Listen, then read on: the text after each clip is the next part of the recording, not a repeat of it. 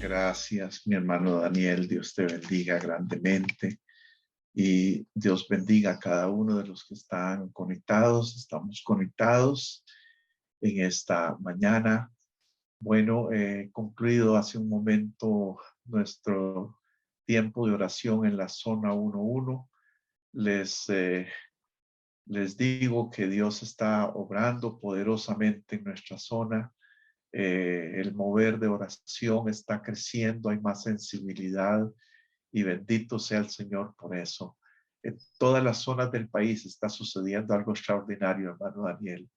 En todas las zonas del país, gracias a Dios. Bendito sea su nombre. Bueno, hoy tenemos un tema maravilloso que quiero compartirles. Si puedo compartir pantalla, hermano Daniel. Si usted me dice. Sí, pastor, adelante, adelante. Ok, gracias. Vamos a ver. Ajá, eso. No tengo un PPT preparado, pero tengo el contenido aquí que lo podemos ir viendo. Impresionante. Bueno, el tema es la cultura espiritual de los primeros discípulos de Cristo, porque después de los primeros discípulos de Cristo, todos los demás somos llamados a ser discípulos de Cristo. Y en el camino de la vida de la iglesia se ha simplificado un poco el asunto de los seguidores de Cristo y se han usado palabras como creyentes, cristiano, simpatizante, conocedor y palabras así que simplifican la relación con el Señor. Pero el llamado del Señor es a ser discípulos, discípulos de Cristo. Entonces hoy vamos a ver tres conceptos importantes sobre este tema. Y el primer concepto que vamos a ver hoy es este. Los primeros discípulos tenían la vida de Cristo y por eso su cultura espiritual era muy fuerte y solvente.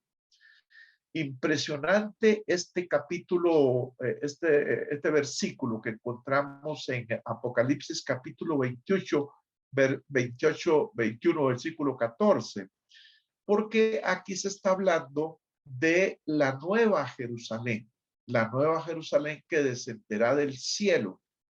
Y es impresionante leer aquí en el versículo 14, donde dice, y el muro de la ciudad, en la visión que tuvo Juan, dice, tenía 12 cimientos y sobre ellos los 12 nombres de los 12 apóstoles del Cordero. Es tan impresionante para mí este versículo porque ya en este tiempo el cielo y la tierra han pasado y hay cielos nuevos y tierra nueva y desciende del cielo, desciende de Dios la nueva Jerusalén y en esa nueva Jerusalén están los nombres de los 12 apóstoles del Cordero. Entonces, los discípulos de Jesús son los cimientos de la muralla de la nueva Jerusalén. Este fundamento se puso primero por ser firme, un fundamento firme, inconmovible de la ciudad santa que Dios bajará de los cielos para habitar permanentemente junto a nosotros, pero para ser utilizados como roca firme e inquebrantable, los discípulos de Jesús recibieron vida de su maestro. Esto es impresionante. Cuando uno ve que todos los discípulos del Señor murieron por la fe en la palabra que había salido de la boca de su maestro, quiere decir que la vida de ellos, la vida de ellos, que la vida que estaba en ellos, era la vida de su maestro, y su maestro era el Cordero que había dado su vida por los que le siguieran, les conocieran y le siguieran. Entonces, yo estaba pensando ahora, cuando la vida celestial, la vida de Dios, la vida del cielo, es lo principal en nuestras vidas, entonces la vida terrenal pasa a otro plano y ahí es donde a ellos no les importó dar la vida terrenal, la vida física, morir por causa de Jesús. Y esto nos enseña un poco sobre el nivel de visión, de vida de Dios que hay en nosotros. Cuando estamos muy pegados a la tierra, somos capaces de hasta negar al Señor.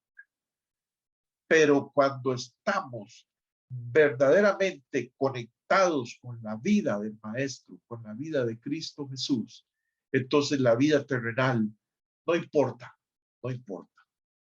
Qué impresionante fue para mí pensar, meditar en esto. El nombre de los apóstoles, de los discípulos del Señor está ahí en los cimientos de esa nueva Jerusalén que descenderá del cielo. Entonces, en este concepto número 1 que tenemos hoy, los primeros discípulos tenían la vida de Cristo, por eso su cultura espiritual era mucho más fuerte. Aquí vamos a ver entonces varias cosas. Los apóstoles, los discípulos recibieron autoridad y poder. Autoridad y poder. Así que el Señor les enseñó para trascender y dejar huellas eternas. Ellos recibieron autoridad y poder. Ellos trascendieron por esa autoridad, ese poder divino para dejar huellas eternas. Dice, no era necesaria la riqueza o las vestimentas, tampoco las posesiones, sino que predicaran el evangelio con autoridad y poder que Él les dio para sanar enfermedades y expulsar demonios. Este era el asunto. Ya para los discípulos, según el encargo del Señor, no era cuestión de tener dinero. Ese era el problema de Judas. Quería tener dinero. Judas estaba con una visión fuera de lo que el Señor quería que aprendiera. Nunca tuvo la vida de Dios, la vida del Maestro, nunca estuvo en Judas. Judas siempre estuvo orientado hacia lo terrenal. Para ese desperdicio se lo hubiéramos dado a los pobres. Siempre estaba, con los libros contables en la mente.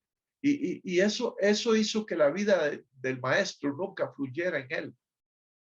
Entonces, el Señor les enseña, no son las riquezas, no son los vestidos los que los hacen a ustedes grandes, no son las posesiones, no, es el poder para que prediquen con autoridad y sanen los enfermos y expulsen los espíritus inmundos.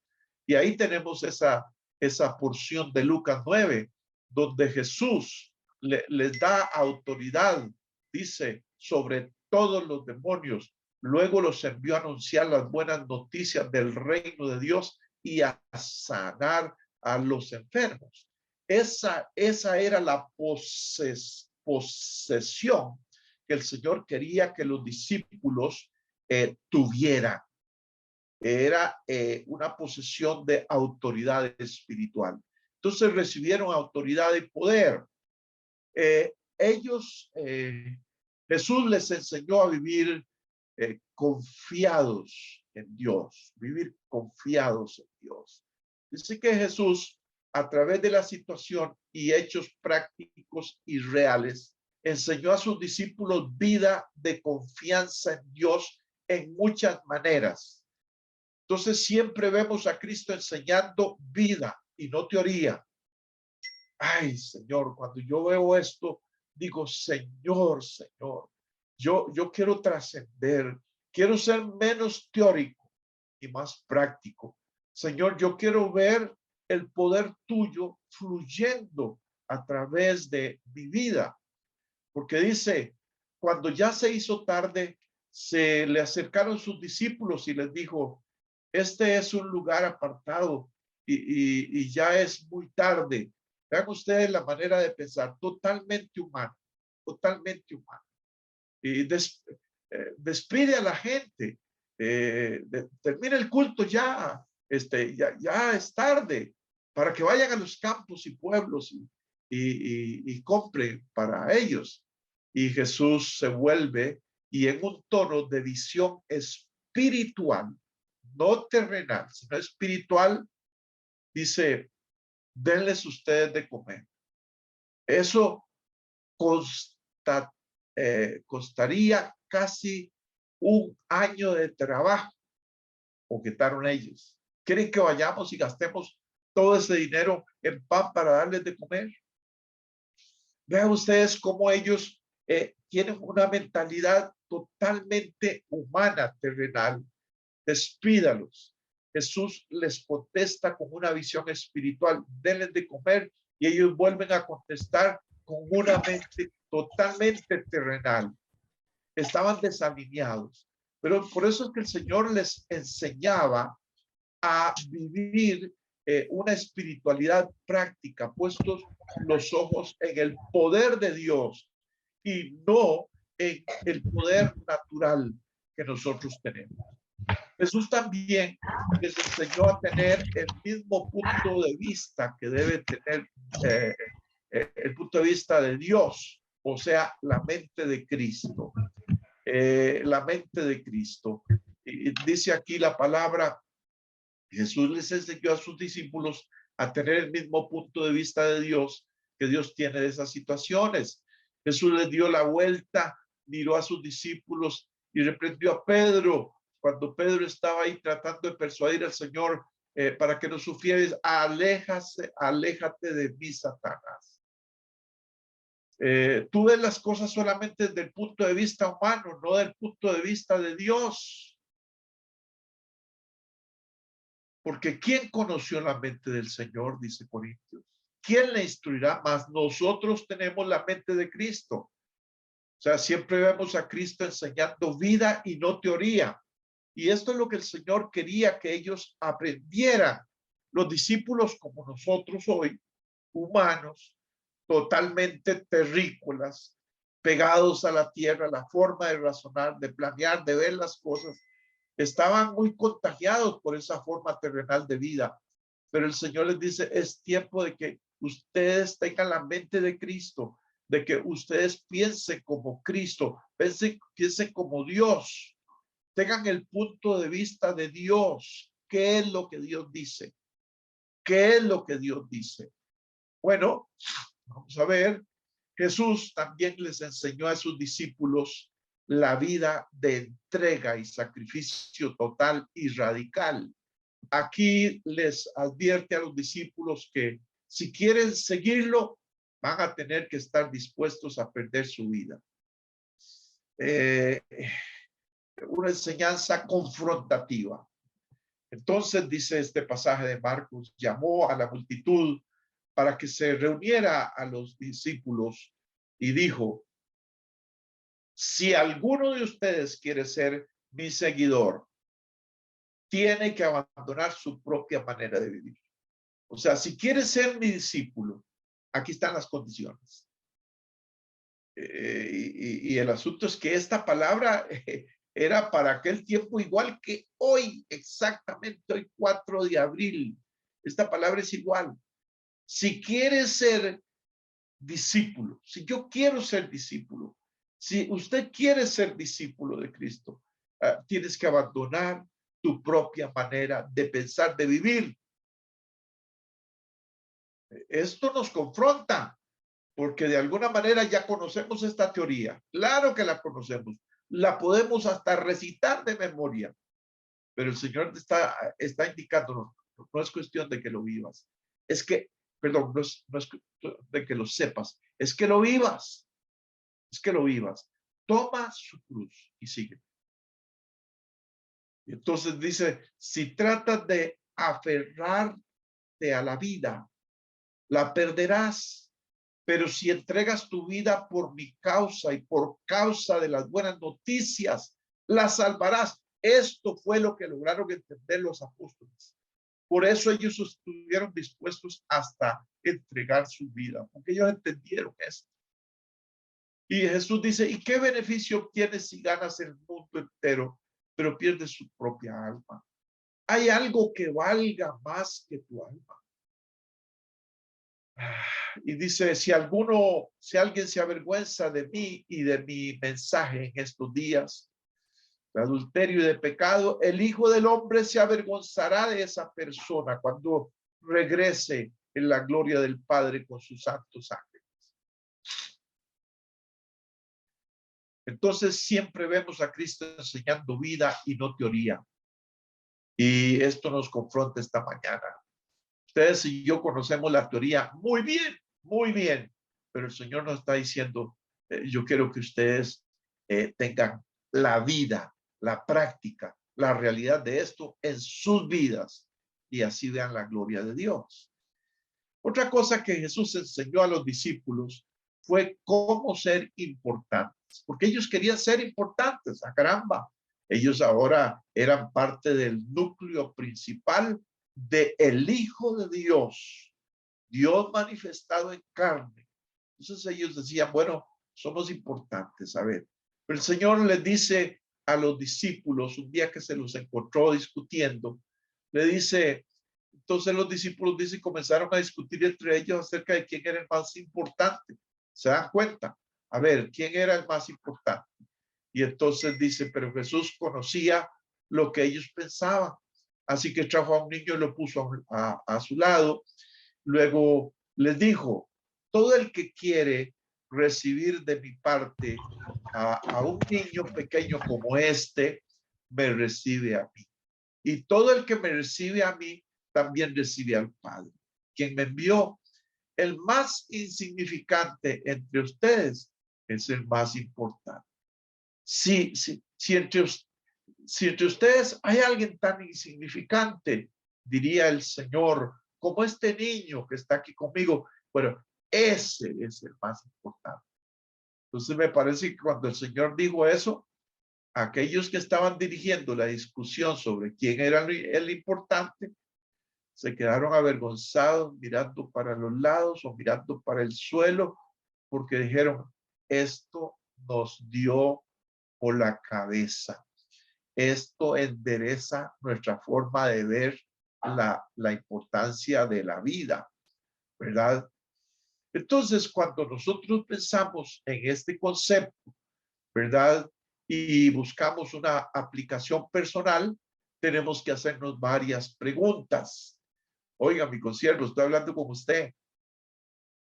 Tenemos que hacernos varias preguntas. ¿Alguna vez nos hemos preguntado si somos como fuertes cimientos para nuestra familia, nuestros amigos y otros? ¿Por qué el nombre de los discípulos de Jesús va a estar escrito allá en los cimientos de la Nueva Jerusalén? ¿Por qué? Porque ellos fueron cimientos para la obra, para la iglesia en el mundo. Por eso dice la palabra que los primeros cristianos perseveran unidos y en las enseñanzas de los apóstoles. Ellos pusieron los cimientos. Entonces la pregunta aquí es, ¿somos nosotros como fuertes cimientos para nuestra familia, nuestros amigos y otros? Segunda pregunta, ¿podemos decir que tenemos la autoridad y el poder de Dios en nosotros? Esto me confronta esta mañana a mí. Yo no sé a usted, pero a mí me confronta. La autoridad y el poder de Dios en nosotros. Esta autoridad no se obtiene ni con la edad, con el tiempo y con las experiencias. Se obtiene en la conexión con el poder del Espíritu Santo en oración, en oración, en oración. Tercera pregunta, ¿confiamos en Dios para hacer su voluntad o queremos hacer siempre la nuestra? Ay, hacer siempre la nuestra. Es como, bueno, estamos conectados aquí, nos estamos edificando, terminó esto, ahora voy a hacer lo mío. Ya agarramos el día por nuestra cuenta. Que Dios nos ayude. Otra pregunta, ¿vemos las situaciones de nuestra vida como el punto, con el punto de vista del Todopoderoso o siempre es el punto de vista nuestro? Vean ustedes lo que ha sucedido en la política el día de ayer. Unos pensaban de esta manera, otros pensábamos de esta otra manera, y resulta que, bueno, hay una elección que para muchos es una elección sorpresiva. Pero ¿qué pasa? ¿Qué pasa? Nosotros tenemos que ver las cosas desde el punto de vista de Dios. Dios pone y Dios quita. Dios da sabiduría, Dios da inteligencia, Dios guía las cosas. Y ahora nos dice el Señor en su palabra, hay que orar por los que están en eminencia. Ahora no se trata de Chávez, ahora se trata de nuestro presidente, Chávez. Y la Biblia nos dice que oremos por él. Otra pregunta, ¿cómo vivimos? ¿Nuestra vida es sacrificio agradable al Señor? ¿O no? No me gusta sacrificarme.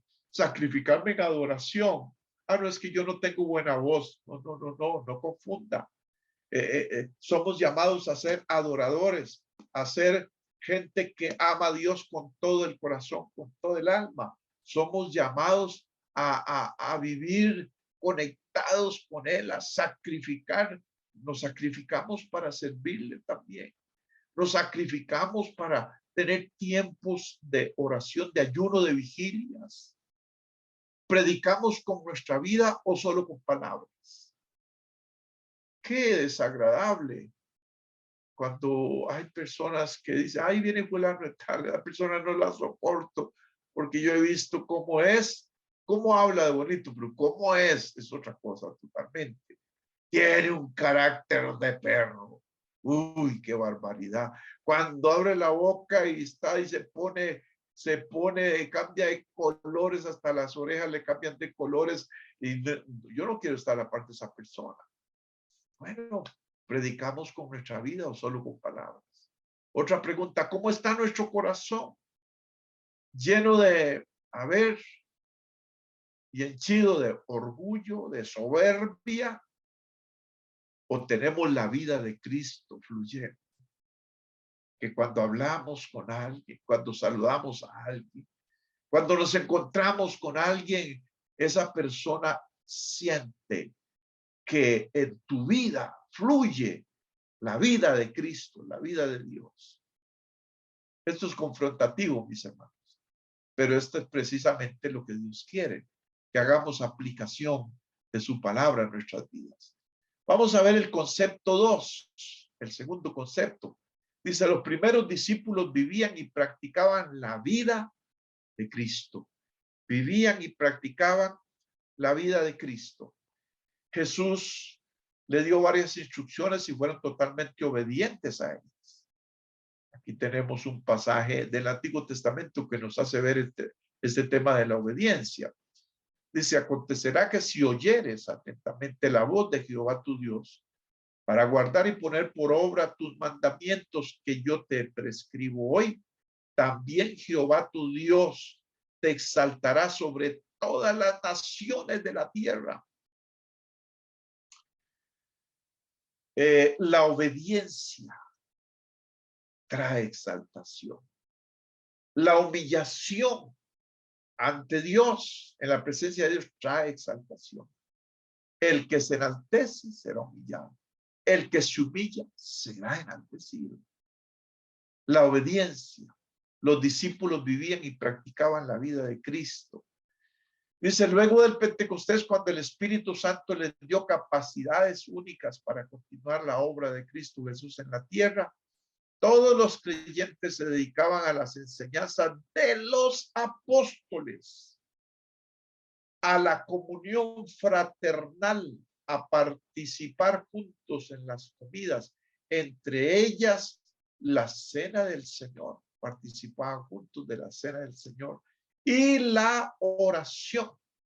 Aquí vemos, esto es interesante. Vivían y practicaban la vida de Cristo. Vivir y practicar la vida de Cristo. Todos los creyentes seguían las enseñanzas de los apóstoles. Los apóstoles fluían en el Espíritu de Dios, enseñando lo que de Jesús habían aprendido. Y esa iglesia tenía comunión, participaban juntos, comían juntos, eran amigos, crecían como creyentes de la iglesia del Señor. Entonces, esta obediencia permitió a los apóstoles realizar milagros y maravillas. Un profundo temor reverente vino sobre todos ellos y los apóstoles realizaban muchas señales milagrosas y maravillas. Había una atmósfera de milagros entre ellos, en la iglesia, en la comunidad. Había una atmósfera de la presencia de Dios. Se manifestaba poderosamente el Señor en muchas formas. Y dice aquí, si hay obediencia espiritual, hay vida espiritual. Si no hay obediencia espiritual, no hay vida espiritual. A veces hay un lenguaje bíblico, pero no hay una espiritualidad ferviente. Si no hay obediencia, es solo teoría y conocimiento. ¿Qué cosa? ¿Podríamos tener nosotros un ministerio teórico? Porque la obediencia no está, sino que hay como una especie de indiferencia. Sí, pero no, eso es para, sí, yo lo enseño, yo lo vivo. La grandeza de los discípulos vivían eso y enseñaban eso a la iglesia y la iglesia vivía y perseveraba en esos fundamentos. Entonces, ser discípulo de Cristo es tener la vida de obediencia al Maestro, es tener la misma vida del Maestro en nosotros. Qué lindo, qué maravilloso. Yo siento que el Espíritu Santo nos está como alentando esta mañana con esta palabra a seguir este modelo en la vida práctica. Dice, el Espíritu Santo para enseñarle vida y cultura espiritual los llevó a adorar, a alabar, a reunirse, a compartir con gozo de manera generosa. Linda esta palabra aquí en Hechos 2. Adoraban juntos en el templo cada día, se reunían en casas para la cena del Señor y compartían sus comidas con gozo, con gran gozo y generosidad, todo el tiempo alabando a Dios y disfrutando de la buena voluntad de toda la gente. Y cada día el Señor agregaba a esa comunidad cristiana a los que iban siendo salvos. Bendito Dios, qué maravilloso. Vamos a la aplicación personal de este segundo concepto, que es los primeros discípulos vivían y practicaban la vida de Cristo. En la aplicación personal tenemos varias preguntas. Preguntas para cada uno de nosotros que estamos conectados en este momento. Dice, ¿somos obedientes a nuestro Maestro? ¿Hemos desarrollado las capacidades suyas en nosotros? ¿Enseñamos constantemente a ser hacedores de la palabra de Dios? ¿Practicamos la comunión fraterna con los demás? ¿Cómo está nuestra vida de adoración y alabanza? ¿Cómo está? ¿Tengo la vida de Cristo en mí? ¿La manifiesto a otros? Mira qué pregunta más sencilla, pero son prácticas. Son prácticas. Practicar esa vida de adoración, de alabanza, manifestar la vida de Cristo. ¿Cómo lo manifiesto? El carácter de Cristo, el fruto del Espíritu en mi vida cada día. Señor, ayúdanos, Señor. Señor, gracias por esta palabra, la palabra limpia, la palabra purifica, santifica, la palabra restaura, La palabra corrige, la palabra fortalece. Bendito Dios. Veamos el concepto 3. El concepto 3 dice, los primeros discípulos manifestaban la vida de Cristo. Manifestaban la vida de Cristo. Jesús, antes de encomendarles alguna tarea, siempre les dio ejemplo y también les dio poder y autoridad para hacerlas, con el propósito que ellos exterioricen lo de Dios y no lo suyo. Exteriorizar lo de Dios y no lo mío. Qué interesante. A ver, la gente me ve, la gente te ve a ti, pero cuando tú actúas o hablas, aquí está el secreto, que ellos vean a Dios, vean, escuchen a Dios y vean a Dios actuando a través de cómo tú procedes, porque tú estás manifestando a Cristo, estás mostrando a Cristo Jesús. Así es como el Señor quiere que lo veamos, que seamos vistos. Entonces, veamos estas citas bíblicas. San Mateo 10, Jesús reunió a sus discípulos y les dio autoridad para expulsar espíritus malignos y para sanar toda clase de enfermedad y dolencia. ¿Y qué hicieron los discípulos? Hacían esto, hacían milagros, sanaban dolencias. A ver, hoy, al salir en este día, 4 de abril, oremos, hermanos, por los enfermos. Oremos.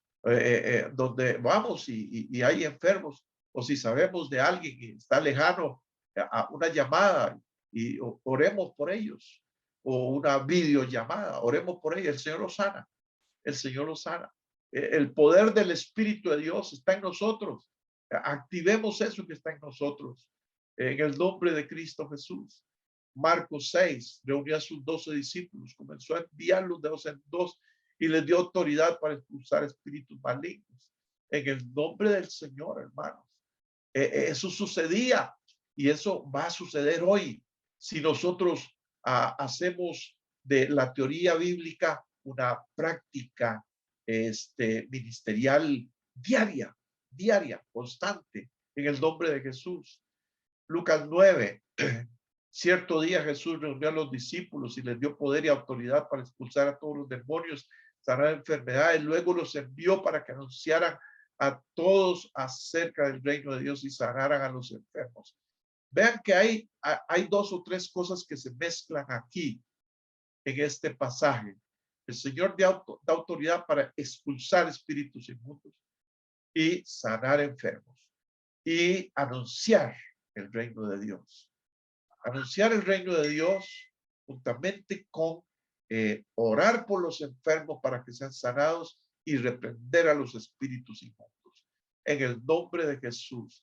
3 cosas que van juntas y que usted y yo podemos practicarla en este mismo día, en este mismo semana. En los cultos, no precisamente solo ahí, sino donde quiera que vayamos, que estemos, en el nombre de Jesús, en el nombre de Jesús.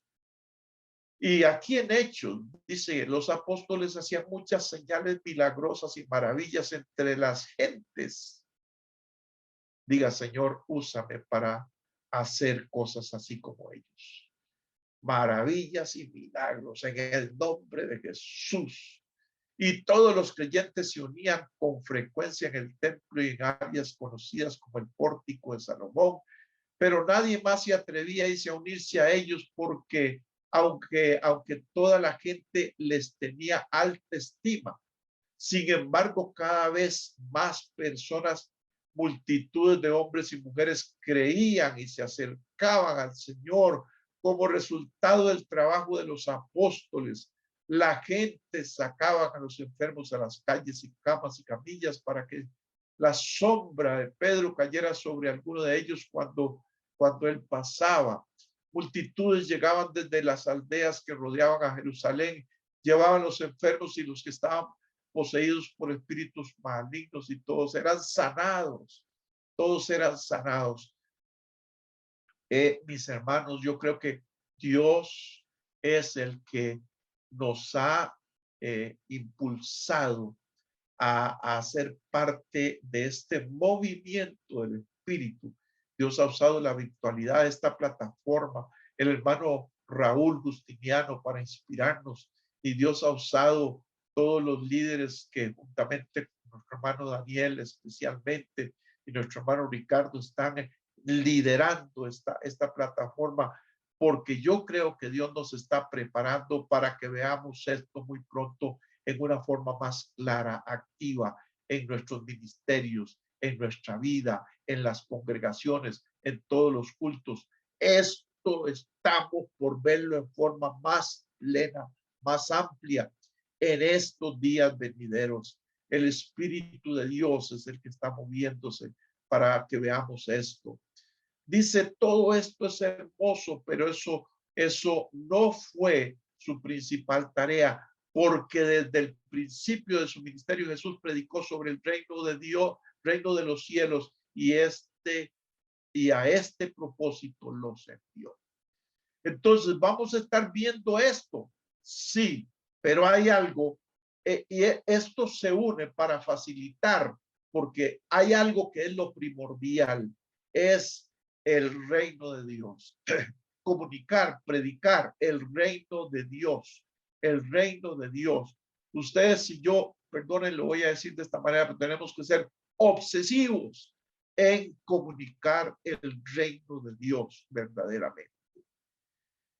Este pasaje de Mateo 28, que ustedes y yo conocemos, Jesús se acerca, les dijo a los discípulos, se me ha dado ahora toda autoridad en el cielo y en la tierra. Ya él había resucitado. Por lo tanto, vayan y hagan discípulos de todas las naciones, bautizándolos en el nombre del Padre, del Hijo, del Espíritu Santo. Esto es MM33. Esto es la gran comisión.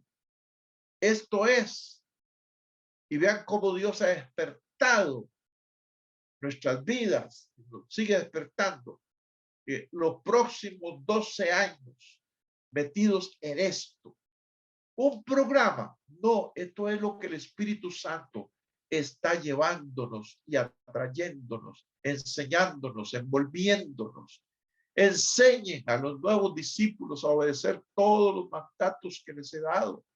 Y tengan por seguro esto, que yo estoy con ustedes siempre hasta el fin del tiempo.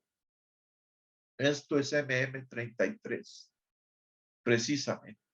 Este fue uno de los más grandes desafíos dados a los discípulos, porque conlleva tener una vida dedicada a Jesús, recibiendo su autoridad y poder, confiando en Dios todo el tiempo y en su punto de vista divino, sacrificando primero nuestros sueños y deseos, sirviendo humildemente, viviendo y practicando lo que el Maestro enseña, obedeciéndole siempre, siendo capacitados por Él para toda obra, toda buena obra, presentando nuestra vida como a Dios le agrada, con un corazón conforme a Él, conforme a Él. Esto es MM33. Mi hermana, mi hermano, usted no abra la boca para decir, es que yo no sé qué es MM33, porque si dices eso, estás diciendo, Dios, es decir, no tengo entendimiento del plan de Dios. No tengo entendimiento. Es terrible porque el Señor dice que algunos teniendo oídos para oír no oyen.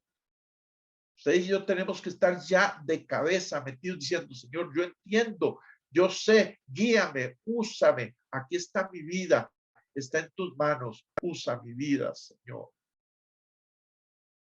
En la aplicación práctica de este tercer concepto, que es los primeros discípulos manifestaban la vida de Cristo, en la aplicación práctica tenemos que hacernos estas preguntas.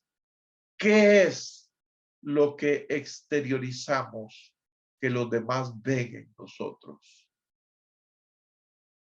¿Cuál es el apodo que la gente podría ponernos a nosotros por lo que ellos ven en nosotros? Ah, esta es una mujer de Dios. Este es un hombre de Dios. Este es un hombre de visión. Esta es una mujer de visión. Este hombre sí tiene pasión por los perdidos. Esta mujer sí tiene pasión por los perdidos. ¿Qué dice la gente? ¿Qué ve la gente en nosotros? ¿Le agrada a Dios mi vida y cómo la vivo?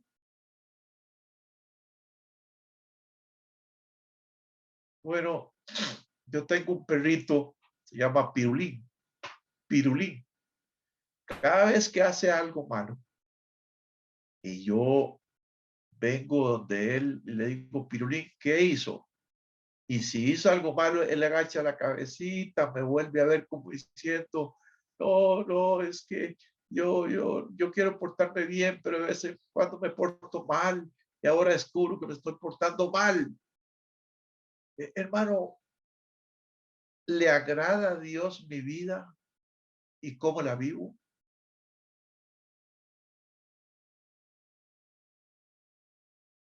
Tenemos que preguntarnos esto. No lo dé por un hecho. No, no, hay que preguntarlo, porque Dios quizás quiere darnos enseñanzas que nos purifican más, que nos hacen más aptos en su presencia. Es predicar sobre el reino de los cielos una de mis más altas prioridades. Ojo, sobre el reino de los cielos. No es predicar sobre esto, sobre lo otro, cositas que a veces, textos aislados que tomamos. No, no, centrados en aquello que estaba centrada la iglesia, era en la doctrina de los apóstoles, que era la enseñanza del reino de Dios que Jesús les había dado y ellos lo practicaban. Tengo la cultura espiritual de compartir mi fe con la gente que me relaciona. O sea, cuando uno tiene una cultura, simplemente la cultura sale, la expresa naturalmente. Es así en mi vida. Bueno, después de hacernos estas preguntas en cada uno de los conceptos que hemos visto, yo sé que quizás ustedes, igual que yo, estamos diciendo al Señor, ayúdame, ayúdame, Señor, que su gracia, su misericordia, tu poder fluye. Yo quiero ser un instrumento útil de honra para compartir las buenas nuevas a otros. Oremos y hagamos compromisos profundos sobre estos tres temas que hemos visto. Y aquí están los tres conceptos. Los primeros discípulos tenían la vida de Cristo y por eso su cultura espiritual era muy fuerte y solvente. Segundo, los primeros discípulos vivían y practicaban la vida de Cristo. Y tercero, los primeros discípulos manifestaban la vida de Cristo. Que así sea en nosotros, mis hermanos, que así sea en nosotros. Permítame hacer una breve oración y luego quiero que escuchemos esta canción que Dayana nos va a compartir en un momento. Dios de los cielos, te doy gracias. Te alabo, te glorifico, porque yo sé que tú estás ayudándonos. Tú nos estás equipando mejor cada día. Tú nos estás dando mayor fortaleza.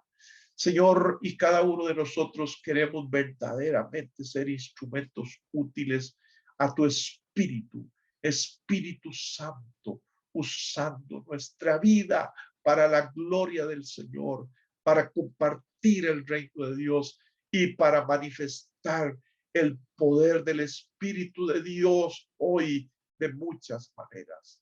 Glorifícate en gran manera, mi Señor. Te pido, Dios, que la gracia y la sabiduría fluya en nosotros y un espíritu, un deseo de buscar tu presencia más y más y de amar tu presencia, amar tu palabra y amar tu presencia. Ayúdanos, Señor, a poder tener esto como prioridad número uno en el día, en cada día que vivimos. En el nombre del Señor Dios Todopoderoso, glorifícate, Señor. oro que cada uno de mis consiervos y yo, Señor, crezcamos juntos, seamos diligentes, busquemos tu presencia, amemos tu presencia. En el nombre de Jesús, el Señor Todopoderoso. Amén. Amén. Adelante, hermana Dayana, si tiene esta canción que nos ministre el Espíritu de Dios. Aleluya. Bendito es el Señor. Si por alguna razón no es posible, entonces adelante, mi hermano Daniel, adelante. Gracias, Pastor Rodolfo. La cultura espiritual de los primeros discípulos. Qué impresionante. No sé si han logrado escuchar o tomar nota de esto y pensar en el fundamento de la Nueva Jerusalén, de la ciudad que viene descendiendo. El fundamento del reino era la cultura de los primeros discípulos. No la nuestra, no una cultura espiritual que nos han vendido por allí, sino lo que está en la palabra, marcado por el Señor. Tremendo. Gracias, pastor, para estudiarlo una y otra vez, ¿verdad? Muchas gracias, pastor, de verdad. Pueden verlo varias veces esto en el canal de YouTube. Quiero que toquemos algo de MM33, que son las bases de lo que estamos mirando y haciendo y ofreciendo una instrucción en este tiempo. Y hay desafíos para MM33. Tenemos muchos desafíos, pero básicamente son 4. Y déjeme hablarle un poquito de esto. En primer lugar, como introducción, digamos, MM33 tiene el objetivo de la movilización de la iglesia. Le llamamos movilización total de la iglesia.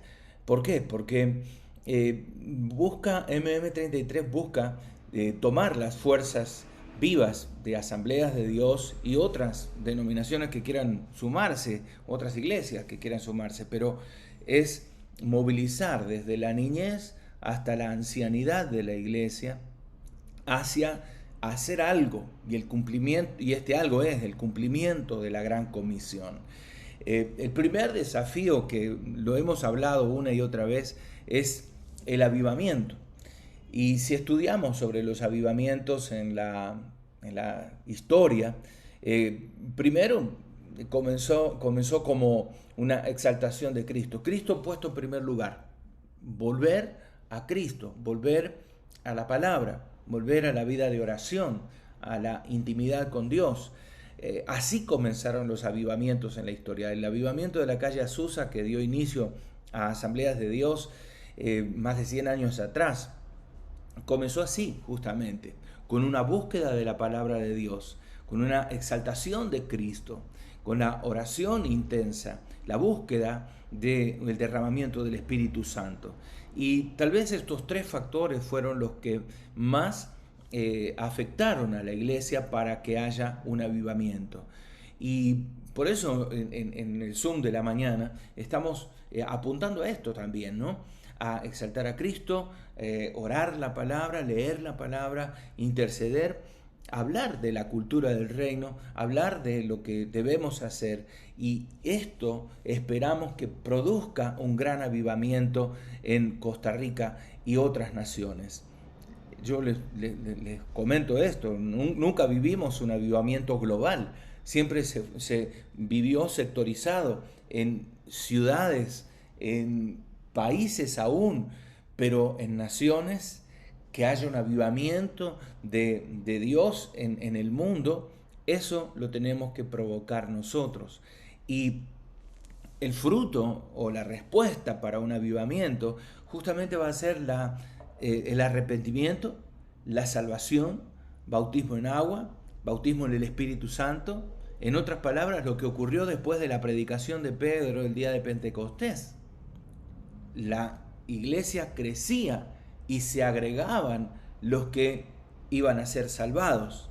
Entonces, nuestro primer y gran desafío es buscar un avivamiento. no es solamente, como decía hace un rato, en ministerios de la Gran Comisión, no es solamente las misiones, no es solamente la plantación de iglesias, porque estamos creando estructuras secas y vacías si no hay un avivamiento para que el Espíritu Santo es el motor del avivamiento. Hechos 1:8 dice: recibiréis poder cuando hayáis recibido el Espíritu Santo y me seréis testigos. O sea, todo lo demás es consecuencia de un avivamiento. Todo el desarrollo, el crecimiento de una iglesia es consecuencia del avivamiento. Entonces, nuestra base y primer desafío es avivar la iglesia, avivar a la congregación. Segundo desafío es el discipulado. La formación de los nuevos convertidos es un estilo de vida que modela. No es lo que me contaron, no es lo que me dijeron o lo que un librito me dice, no es lo que predica cierto pastor de cierta iglesia en cierto país, sino una vida que modela a Cristo, una vida que modela a Jesús, que la gente pueda ver en esa persona a Cristo reflejado. Justamente ese entrenamiento de los nuevos discípulos está basado en la observación, lo que Jesús hacía, lo que escuchaste de mí, lo que viste de mí. Esto comuníquenlo a otros, en esto piensen. O sea, un entrenamiento basado en la observación, porque nosotros modelamos a Cristo. La gente sigue a modelos, la gente busca modelos. Alguien me dijo por allí hace algunos años: todo mover de Dios tiene el rostro de un hombre. Y me pareció un poquito humanista, pero a la vez hoy estoy pensando en que la gente sigue a modelos, que la gente tiene que ver que yo como ministro, como pastor, modelo el discipulado, vivo lo que predico. En otras palabras, el discipulado tiene que ser cristocéntrico a través de personas humanas que modelen a Cristo. Yo sigo a Cristo, decía el apóstol Pablo, y ustedes imítenme a mí como yo imito a Cristo. La respuesta será un efecto multiplicador, mostrando la vida de Dios en la iglesia. Hoy por hoy tenemos iglesias que no muestran a Cristo, que son casi buenos partidos políticos, que son buenos clubes sociales, pero necesitamos una iglesia que muestre a Cristo y el poder de Cristo resucitado hoy, donde haya salvación, donde haya sanidad, donde se modele a Cristo, donde se muestre la vida de Dios a la gente, donde la gente pueda ver en nosotros los ministros que es Cristo caminando, que es el reflejo de Cristo, que seguimos las pisadas del Maestro. Esto es el discipulado, no solamente un manualillo que podemos seguir, no un folleto que nos pueden enseñar o prestar de otras congregaciones. Es una vida que cambia vidas, que modela a Cristo y marca un camino a seguir por otros discípulos. El tercer desafío es el evangelismo, la predicación del evangelio para salvación. Miren, la pandemia nos aplastó. La pandemia nos metió a las cuatro paredes, y no solamente de la iglesia, sino de nuestras casas, porque los templos estaban vacíos. Y muchas iglesias no crecieron en tiempos de pandemia. Muchas iglesias decrecieron. Hay iglesias que se cerraron porque nos olvidamos de aprovechar las oportunidades que tenemos para predicar el evangelio. Muchas veces nosotros decimos: ahí donde está la necesidad, ahí tiene que estar la iglesia. Yo le digo: donde está la oportunidad debe estar la iglesia. Donde hay una oportunidad de predicar, donde hay una oportunidad de extendernos, ahí tiene que estar la iglesia. La predicación del evangelio para salvación de las almas. Nosotros tenemos que ocupar o usar cualquier circunstancia que nos rodea para la expansión del evangelio.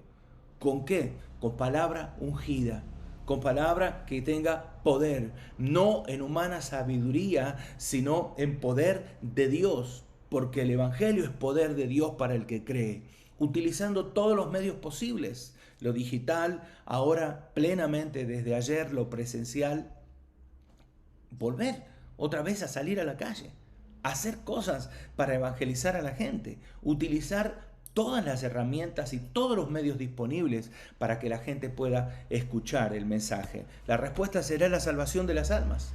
La respuesta que esperamos será la salvación de las almas a través de la predicación del Evangelio.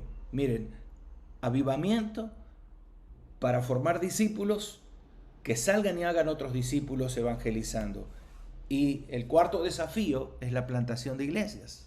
La plantación de iglesias es que cada iglesia pueda plantar nuevas iglesias.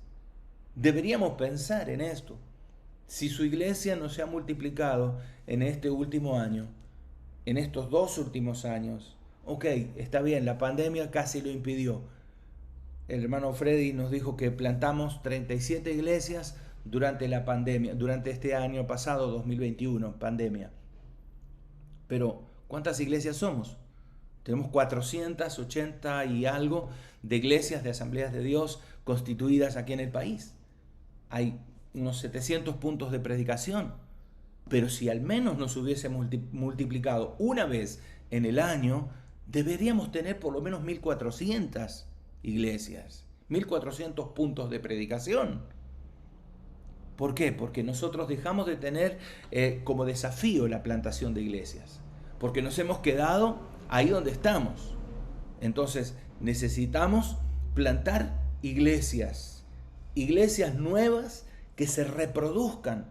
No iglesias. Miren, en Bolivia hay un tipo de ovejas que le llaman chuscas.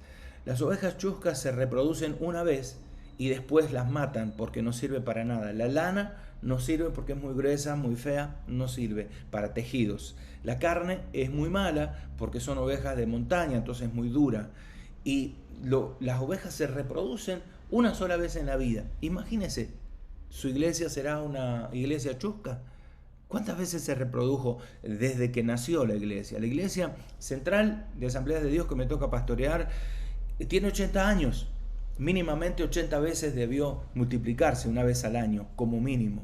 Entonces pensemos en esto, la plantación de iglesia, que cada iglesia pueda plantar nuevas iglesias y no iglesias que queden allí como un mulo o una mula que no se reproducen, sino iglesias que se reproduzcan. El resultado serán nuevas iglesias en los lugares más necesitados.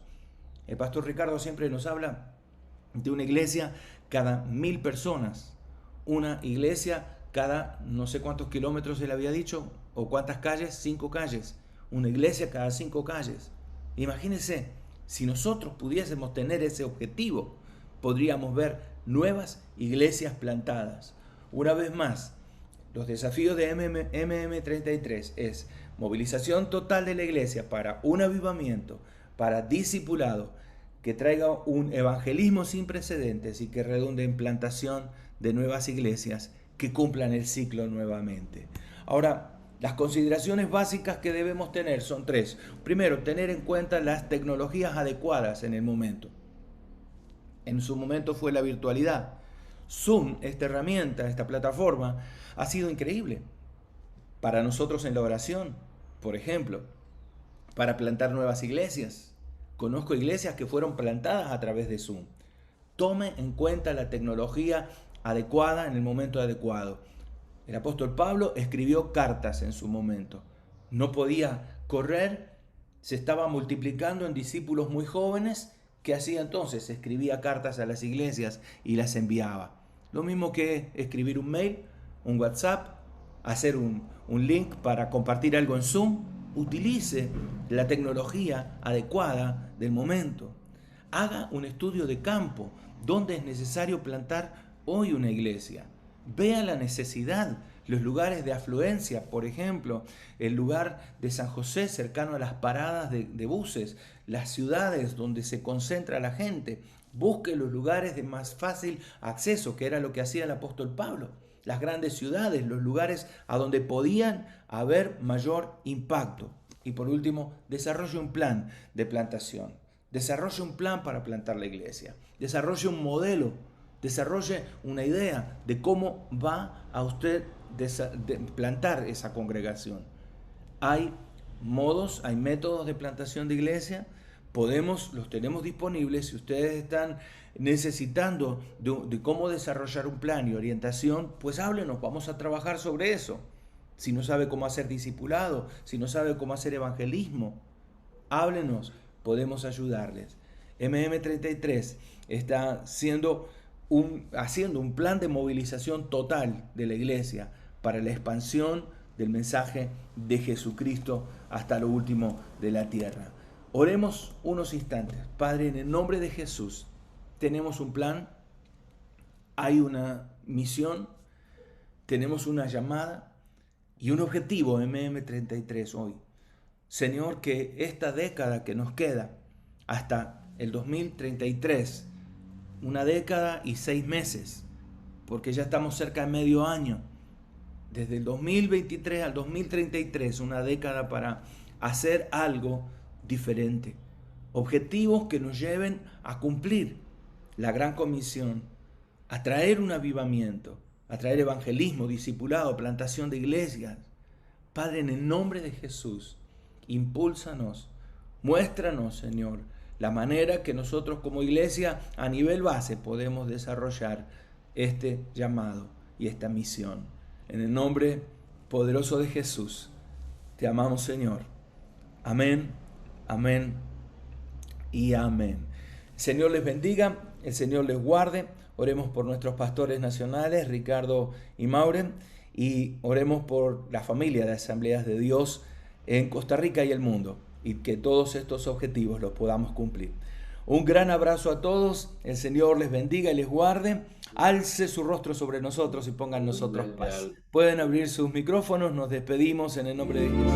En intimidad.